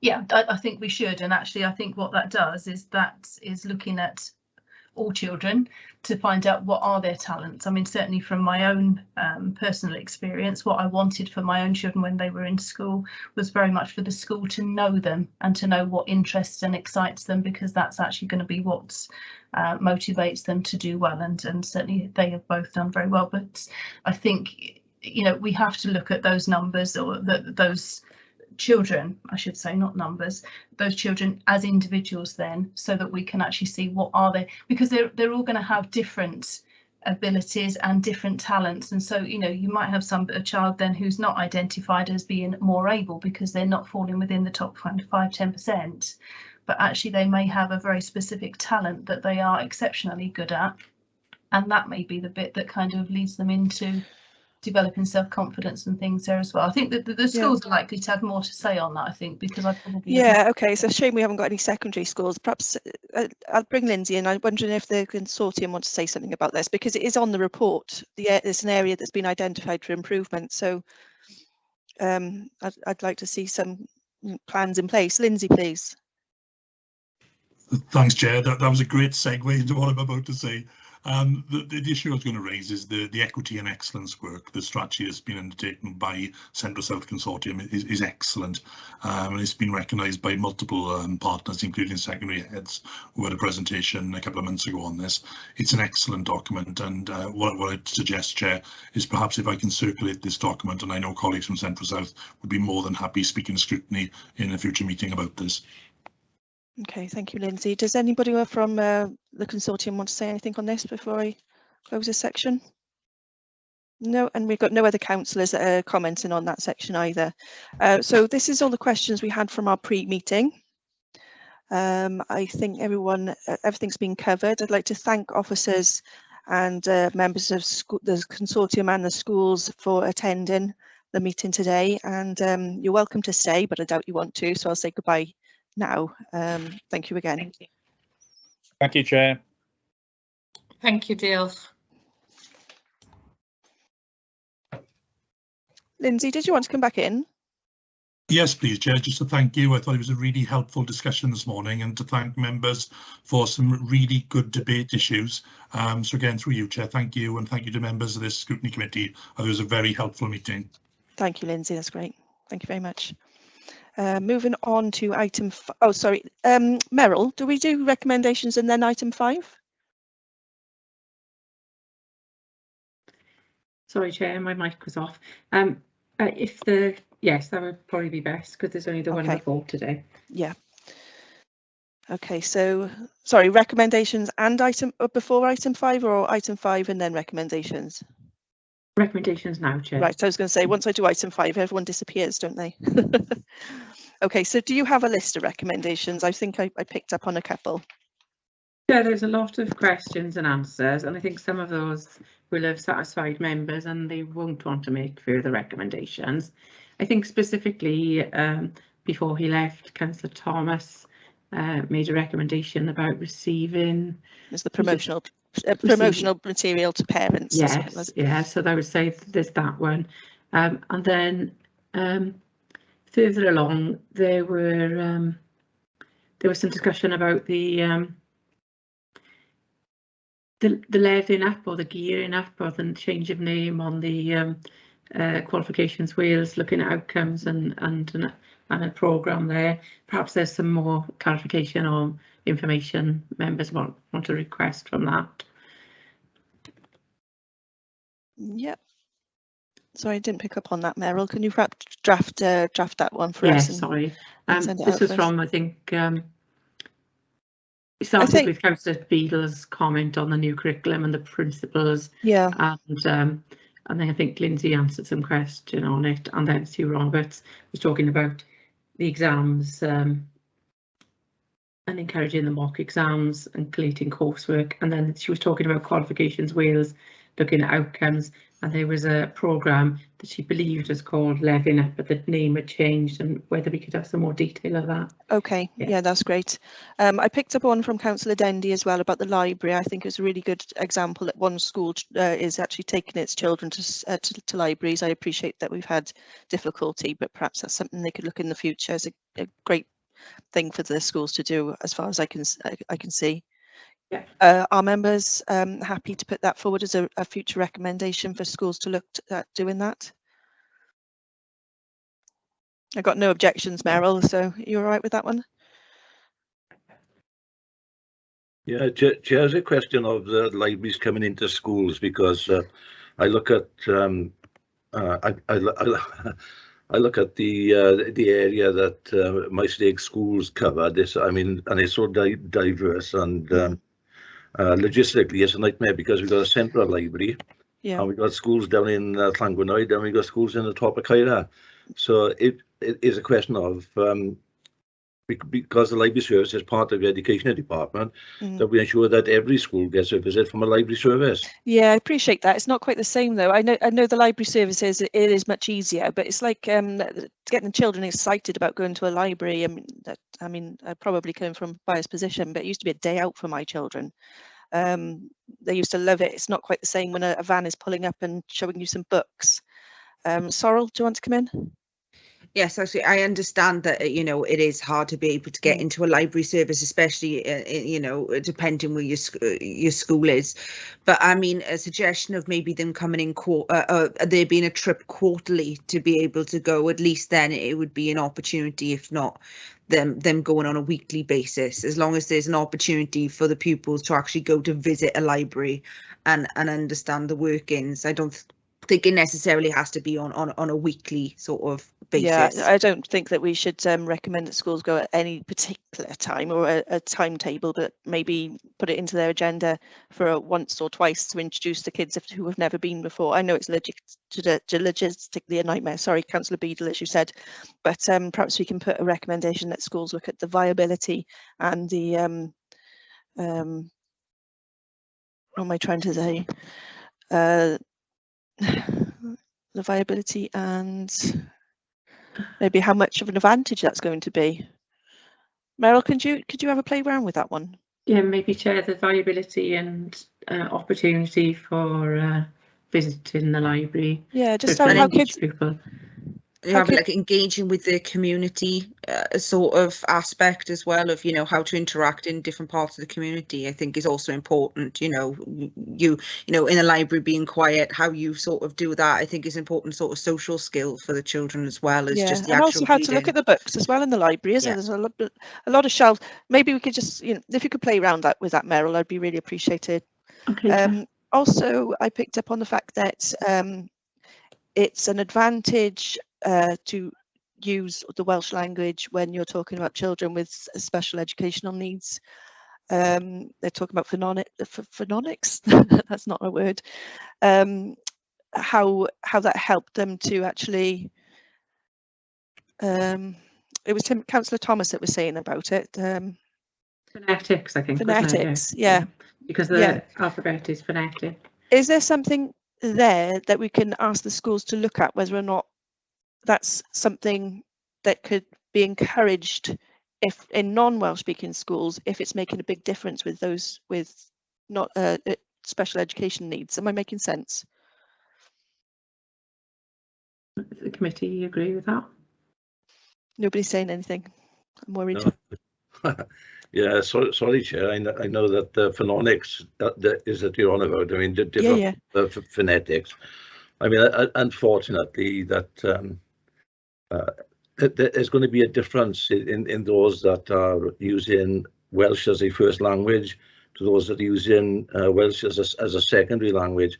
And you just have a look at the difference in our valleys, and you can recognise the areas and where they come from by their accent. So I don't think that too much time needs to be spent on the phonetics. Okay. Because unfortunately that's the way that you're taught, and that's the way you will learn to pronounce your Welsh. Yeah, fair enough. Yeah, okay. I didn't pick up anything else, Meryl, did you? No, Chair, I think there were a lot of questions, and as the Director has said at the end and thanked members, there was quite a lot of debate and there was quite a lot of interesting points raised. Yeah, it's good for future scrutiny, isn't it, Meryl, rather than recommendations? When we look at the draft work programme for the coming year, there are a number of things perhaps we'll speak to the Director about putting on the draft work programme for the next term of office for the new committees to consider and prioritise. Yeah, that's great. Thank you. I'll move on to item 5 then, Meryl, if that's okay. Because we've got nothing on the forward work programme. We are done. Hopefully I'll see others, all of you again, but if I don't, good luck to everybody. So item 5, urgent items. There are no urgent items of business in respect of which notice has been given in accordance with Part 4, Paragraph 4 of the Council procedure rules. So it's 11:25 and I'll bring the meeting to a close. Thank you very much all. Thank you, Chair. Thank you, Chair.